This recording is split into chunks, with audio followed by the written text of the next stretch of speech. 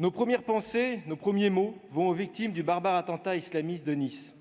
Nous adressons toutes nos condoléances aux familles et aux proches des victimes. Dans ce climat particulièrement lourd qui pèse sur notre pays, vous vous livrez à un exercice quelque peu étrange. Vous venez consulter le Parlement sur des décisions déjà prises par le pouvoir exécutif. La concertation n'est décidément pas votre fort.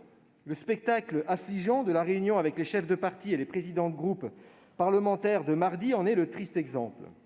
Ce qui était compréhensible au printemps dans l'urgence ne l'est plus 6 mois plus tard.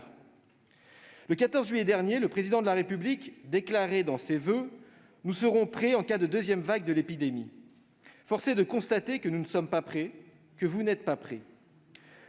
Faute de plan de bataille, faute de réponse graduée, faute de stratégie, faute de transparence, faute de concertation, vous en êtes réduits à imposer à nouveau le confinement. Nous ne remettons pas en cause ce choix, car la situation sanitaire l'exige. Il faut protéger les Françaises et les Français en limitant la propagation du virus. Il faut soulager nos soignantes et nos soignants particulièrement éprouvés cette année. Mais vous ne nous ôterez pas de l'esprit que ce reconfinement est l'échec de la méthode de l'exécutif. Rares sont ceux qui rêvent de gouverner la France dans une telle période. Et je ne peux prétendre que nous aurions mieux maîtrisé la propagation du virus si nous étions en responsabilité à votre place. Mais ce dont je suis certain, Monsieur le Premier ministre, c'est que nous ferions différemment. L'union nationale ne se décrète pas, elle se construit. Dans les mois d'accalmie de la pandémie, vous auriez dû associer toutes les forces politiques à la prise de décision, à l'élaboration de la stratégie d'endiguement du virus. Le risque est élevé que la crise sanitaire dure au moins jusqu'à l'été. Après 18 mois de pandémie, rien ne reviendra totalement comme avant.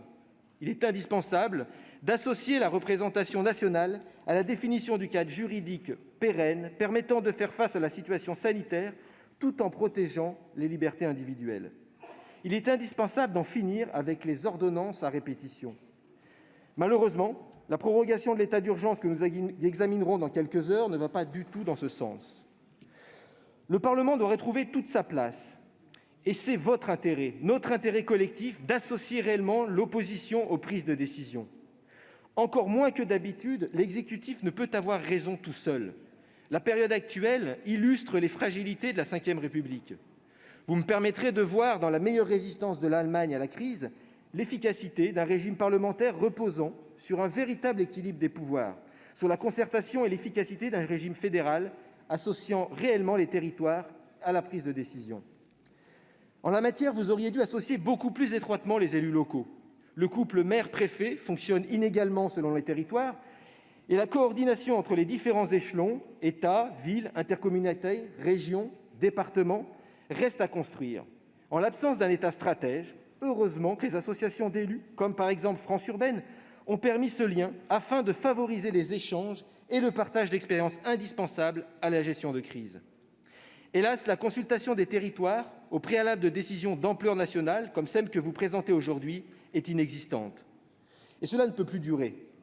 Pour faire face au virus et mobiliser toute la nation, il faut définir collectivement notre cap et construire ensemble les solutions. Sachez que les écologistes au Parlement ou dans les territoires qu'ils dirigent seront, dans ce contexte, toujours disponibles pour accompagner le Gouvernement, pour réfléchir collectivement aux meilleures solutions, pour construire du compromis et assurer des décisions prises collectivement. Dans cette perspective, nous vous formulons un certain nombre d'exigences.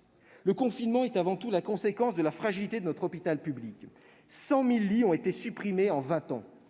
Le Ségur de la santé marque certes un coup d'arrêt à cette hémorragie, mais avec 4 000 lits annoncés, nous sommes encore très loin du compte. Vous avez annoncé 15 000 créations d'emplois, là où les hôpitaux et les EHPAD auraient besoin de 200 000 recrutements supplémentaires. À l'hôpital, les logiques comptables et managériales n'ont pas été remises en cause. Monsieur le Premier ministre, le reconfinement vous oblige à revoir la copie du projet de loi de financement de la sécurité sociale. D'autre part, il est plus que temps de mettre en œuvre un plan d'urgence sociale digne de ce nom. La crise économique résultant du confinement a mis près d'1 million de Français au chômage et a fait basculer dans la pauvreté des centaines de milliers de personnes. Les mêmes causes produiront les mêmes effets et un effort d'une ampleur sans précédent doit être déployé. Il faut abroger la réforme de l'assurance chômage, augmenter les minima sociaux, automatiser leur versement élargir le RSA aux moins de 25 ans, déployer les chèques alimentaires, rétablir les contrats aidés, aider les associations et tendre demain vers un revenu universel. Pour faire face à la crise, le secteur du réemploi solidaire est indispensable et vous devez l'accompagner. Nous vous demandons également une vigilance accrue sur tous les publics exposés par le confinement. Les personnes seules, les personnes psychologiquement fragiles, les victimes de violences conjugales et tout particulièrement les femmes. Le volet social était presque absent de l'effort de relance, cela ne peut plus être le cas. La crise dure et votre réponse doit être à la hauteur, notamment pour l'éducation. Les professeurs et les instituteurs sont aussi en première ligne et le dispositif semble insuffisant. Il faut des moyens humains, des équipements, des masques pour enfants et des outils pédagogiques pour construire la complémentarité entre distanciel et présentiel. Il faut également accompagner financièrement les communes dans ce casse-tête logistique. Pour financer cet effort national sans précédent, les hauts revenus doivent être mis en contribution. Enfermés dans votre idéologie, vous y refusez depuis le printemps. Pourtant, c'est indispensable d'un point de vue comptable, car les dettes de l'État et les comptes sociaux ne peuvent pas être la seule source de financement de l'effort actuel. Est indispensable d'un point de vue moral pour garantir l'unité du pays. Il faut mettre en place une contribution exceptionnelle sur les hauts revenus, dont la richesse s'accroît encore malgré la crise. Comment comprendre que le CAC 40 verse encore 30 millions d'euros de dividendes aux actionnaires d'entreprises quand elles bénéficient d'aides publiques ? Il faut exiger des contreparties sociales et environnementales à toutes les entreprises qui reçoivent des aides publiques ou bénéficient de réductions d'impôts. Il faut aussi une contribution exceptionnelle des grandes surfaces et des géants de la vente en ligne au bénéfice des petits commerçants obligés de fermer pendant le confinement. Enfin, et ma conclusion ne vous étonnera pas, il est indispensable que la crise actuelle oblitère la crise écologique. Le président n'en a pas dit un mot hier, et c'est à la fois révélateur et inquiétant. Les propositions de la Convention citoyenne ne sauraient être davantage abandonnées, délayées ou diluées, d'autant que le projet écologiste est la seule réponse et est la réponse la plus probante à la crise actuelle. Relocaliser l'activité dans les territoires, accroître leur résilience, développer les circuits courts, diminuer la pression démographique dans les métropoles sont autant de perspectives pour diminuer les inégalités, mieux respecter notre environnement et limiter la propagation du virus.